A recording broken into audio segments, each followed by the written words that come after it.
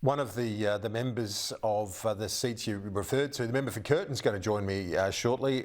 No doubt got some thoughts on that particular issue, but I want to ask you about the jobs number. Zoe McKenzie, are we seeing here with this jobs number down for May, is it the soft landing possible for the economy?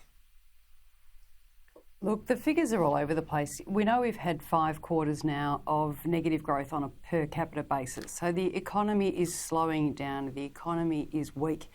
4% unemployment still means there's pressure on the RBA to be managing inflation. We're not getting inflation down like the rest of the developed world is, so pressure remains on rates. If you're already paying $25,000 more in your mortgage, you're already paying 22% more for your eggs, 23% more for your cereal, 18% more for your electricity, 25% more for your gas. None of this is particularly good news. People need to be in work. People need to get those jobs because they need to be able to pay the bills. The bills are not going down. They keep going in the wrong direction for the average Australian. And we are seeing a situation, Josh Burns, where there are increasingly many more working poor. Well, that's why we've put such a big effort into getting wages moving, KG, and the Liberal Party has opposed each and every measure that we have put forward to get wages lifted. They said it was going to end the country. The whole world was going to collapse if the minimum wage increased, and it hasn't. It's meant that people who are working hard have a little bit more at the end of the week. We obviously want to see people in good paying jobs, and we want to see people in jobs. And I think the numbers today are encouraging that there have been an increase in the number of jobs in our economy to the tune of a net number of over 30,000. That's a really important figure. It means 30,000 more than 30,000 Australians are back in the workforce. Unemployment at a 4 is a really healthy amount. Obviously, the economy and the economic growth is something that the Reserve Bank will look at when making their decisions. Yeah. But the fact that we have managed the budget in a responsible way, we have delivered 2 surpluses, or we're in the process of delivering the second. The Liberal Party did not do that in their 9 long years of governing.